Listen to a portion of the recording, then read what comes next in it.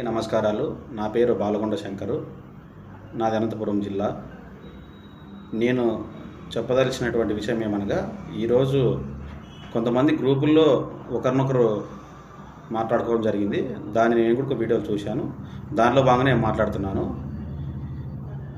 సవితమ్మ ప్రస్తుత మినిస్టర్ సవితమ్మక్క గారు 4 నెలల కిందట పోయి కర్నూలులో ఒక కమిటీ ఏర్పాటు చేశారు. అక్కడ ఎస్కే మల్లికార్జున్ని రాష్ట్ర అధ్యక్షులుగా నియమించారు.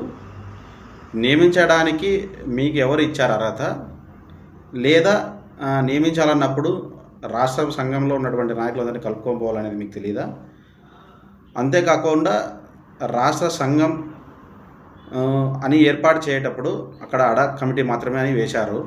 మళ్ళీ ఈరోజు అధ్యక్షుడని చెప్తున్నారు. ఈ కమిటీలు వేసేటప్పుడు మనకు బీకే పార్థసారథి గారు, గోరంట్ల మాధవ్ గారు, మాజీ మంత్రి ఉషాచరణ్ గారు, మాలగుండ్ల శంకరనారాయణ గారు, కృష్ణమూర్తి గారు తదితరులు పెద్దలంతా కూడా ఉన్నారు. వాళ్ళందరికీ తెలియజేసి కమిటీలు వేసింటే బాగుండు.